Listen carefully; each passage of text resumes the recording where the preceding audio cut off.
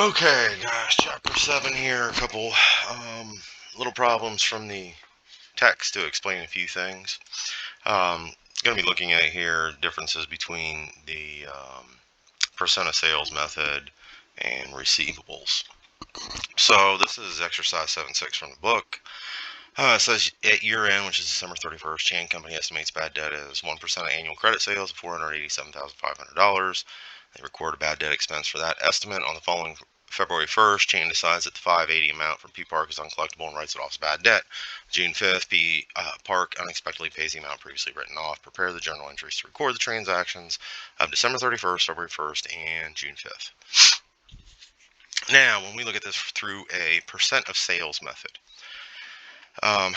what we need to pay attention to is credit sales, first of all, and the second thing is what we estimate the bad debt to be on that. In this case, when it's the sales method, all we do is we just have to multiply the percentage by the amount of credit sales that it's relevant to, and that will tell us the amount we need to adjust our bad debt expense for. So if we, over here on the side, we'll go with, let's see, we have what, 487,500 is the credit sales, and we estimate 1% or 0.01 is going to be uncollectible, which is $4,875. So at this case, this is on December 31st. We will say we have bad debt expense here. Oops, better spell it right. And this is in the amount we found over here, the 4875. That's our debit. Our credit is going to be allowance for doubtful accounts.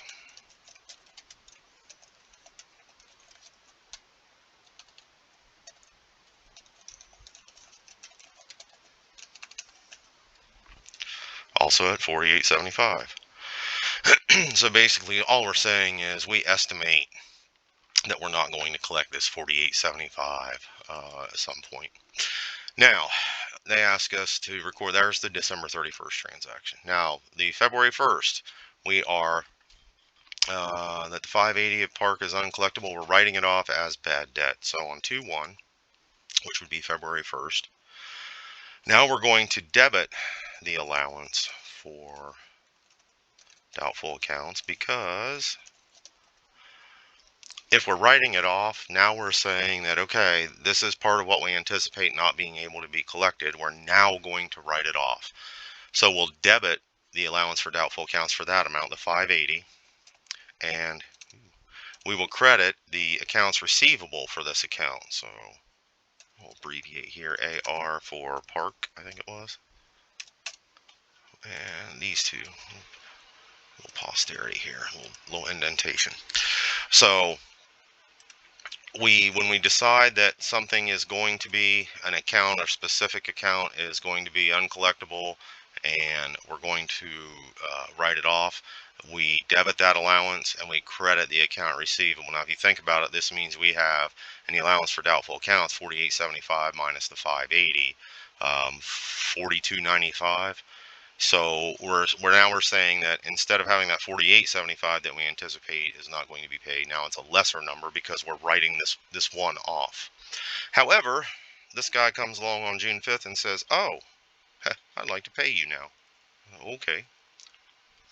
Since when is 6/5? June 5th. Wow. 6/5. Let's try that.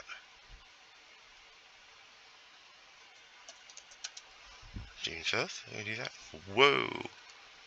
I don't know why it does this, but it must be just giving, I don't know. Anyways, pretend this is June 5th. We'll do it that way. Now, he comes back and pays. So the thing is, we wrote his account receivable basically off saying that he doesn't owe us money. Now we have to, in essence, reinstate it. So we're going to basically just reverse this last entry we made. So we'll have accounts receivable to Park for the 580. And then our credit will be the allowance for doubtful accounts at the 580. Now, also, this is reinstating the account. So this is where we said, oh, hey, you've Now it goes to June 5th. What the hell is going on here? Now it's bugging me. I have to change it to something. There. Yeah, that'll work. So we've reinstated the account now that we've collected on it. We have to debit our cash since he paid us. That's what we received for the $580. And again, we're crediting the allowance for, or I'm sorry, his accounts receivable, AR, for Park. So he doesn't owe us any money anymore. He doesn't. Now we're saying, okay, this allowance for doubtful accounts, we still anticipate, we collected this money, but we still anticipate $48.75. It's back to that number now. So in a percent of sales method, all we're doing when we calculate, when we take the percentage that we estimate to be bad and multiply it by the credit sales, we're getting the adjustment amount we make here. And this is the adjustment here. So that's 7.6. Now for 7.7, here we're looking at receivables, and this is different than we do in sales. This says Maisie Supply Company uses a percentage accounts receivable method. On December 31st, it has outstanding accounts receivable of $55,000 and estimates 2% will be uncollectible. Okay, so accounts receivable is $55,000 and 2% will be uncollectible. So we're going to take 55,000 times 0.02. Okay, and this gives us 1,100. Now here's the thing we look at with, and I'm going to do a T account here because we will need to see this. The thing with this is, what we're going to be doing here is finding what we call the target number, the end result of what we want that allowance for doubtful accounts to be. So we know 1,100 is the ending or estimated balance that we want on this account. Okay. What that means is we have to look down here and say we're doing year-end adjusting entry to record bad expense on the assumption allowance of doubtful accounts has a 415 credit balance before the adjustment and B, a $291 debit balance. So let's make a copy of this T account down here because we're going to look at this from A and B. So A we'll have here. Now for A it says the allowance for doubtful accounts has a $415 credit balance. So there's our 415 on the credit. And we don't need to put the title for his allowance for doubtful accounts. And we know allowance for doubtful accounts has a normal balance on the credit side. So when we have a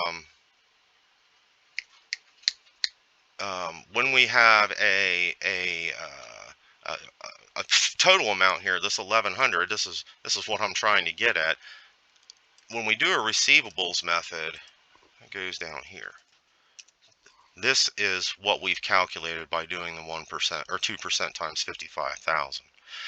Now, since we have a credit balance of 415 and we need to have an ending amount of 1,100, we've got to figure out, well, what do we do here? Well, simple math, 1,100 minus 415 gives us what, 685? So this is the adjustment we make here. Remember, in the last one, in the sales, what we calculated, this was the adjustment. We calculate that. In a receivables, we calculate this end, or what we call the target number, and we have to calculate the adjustment being made. So for A, and this is A up here, we'll put the A here. For A, we're going to have, this is 1231, I believe it said. Yes. So 1231, we will debit bad debt expense for 685, because remember, that's what we calculated here in the highlighted area. And we're going to credit the allowance for doubtful accounts, and that'll be for the 685.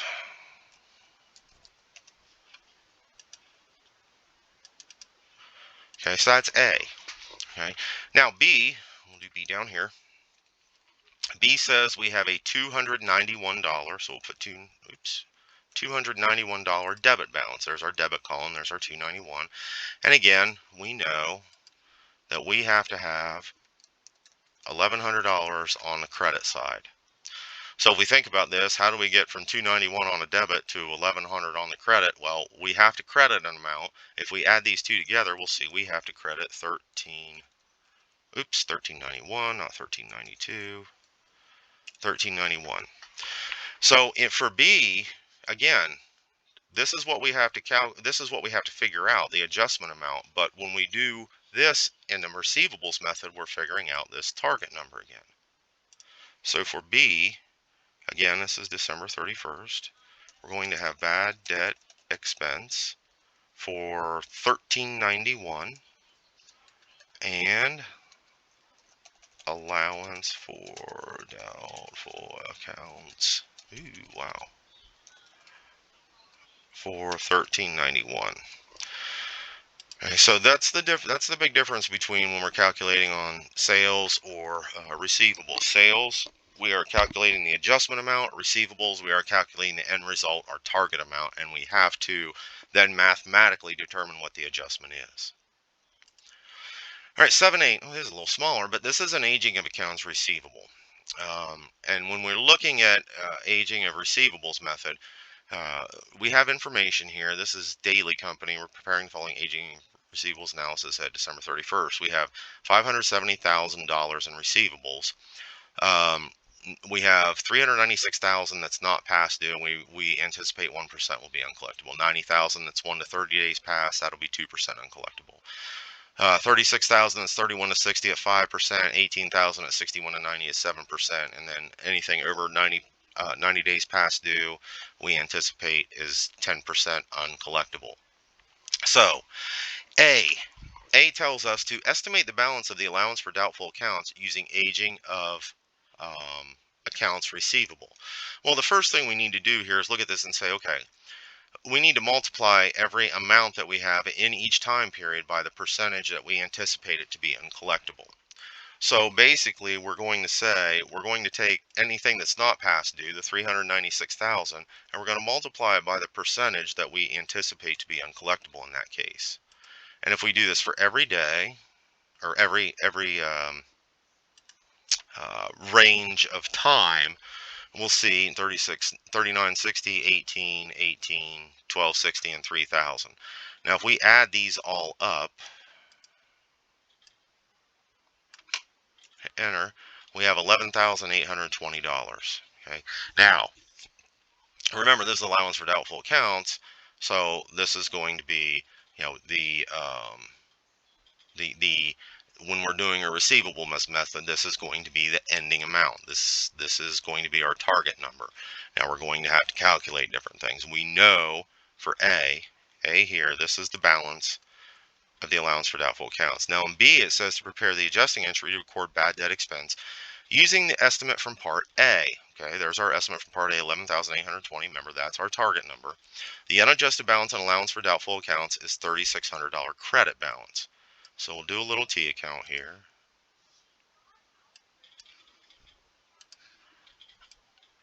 And we will put that. Okay, there's one T account, and we're going to just copy this to do the other one. All right, so we'll say this is B. And down here, we'll do part of C, and then we'll also journalize them as needed. So for B, it says we have assume unadjusted balance is $3,600 credit. So here we go, $3,600 credit. We know our ending amount is $11,820. So in this case, how much do we have to adjust for? Well, if we take the $11,820 and subtract 36, we get $8,220. Let me double check here. Yeah, I know I'm being cheap, but 11,820, yes, okay. So 8,220 is the amount of our adjustment here. Let's get this a little better here. So we would have on December 31st, and this is A. Oh, don't do that there, do this.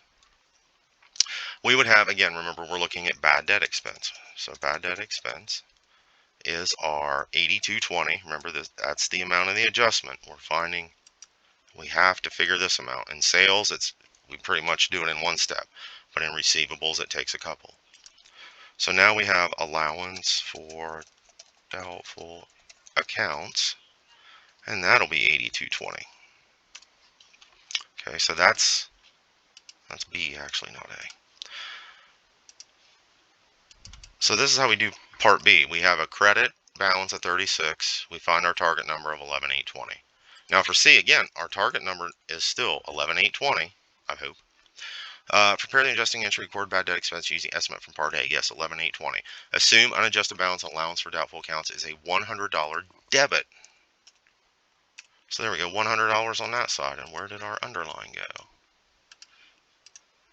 So if we have a $100 debit balance and we want to get to a credit balance of 11,820, well, if we add the one, essentially we're saying this number minus 100 equals 11,820. Well, we know that would be 11,920.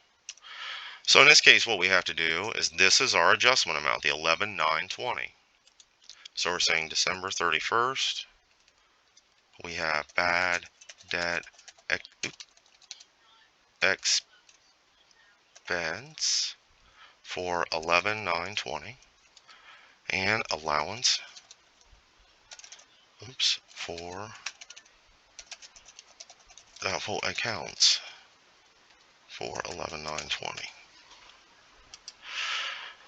So again, the difference between when we're doing percent of sales or percent of receivables is percent of sales, one step. We multiply the percent we anticipate to be uncollectible by the amount of credit sales. Don't do it by full sales. It's only by credit sales, because any cash sales, we don't have to worry about collecting. But in a receivables, and that sales, when we do the percent of sales method, that credit sales amount multiplied by the percentage deemed uncollectible or anticipated to be uncollectible is the actual adjustment amount we make.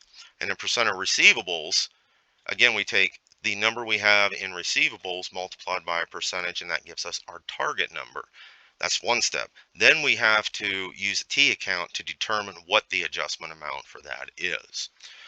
So this is the difference between basing allowances on sales or receivables.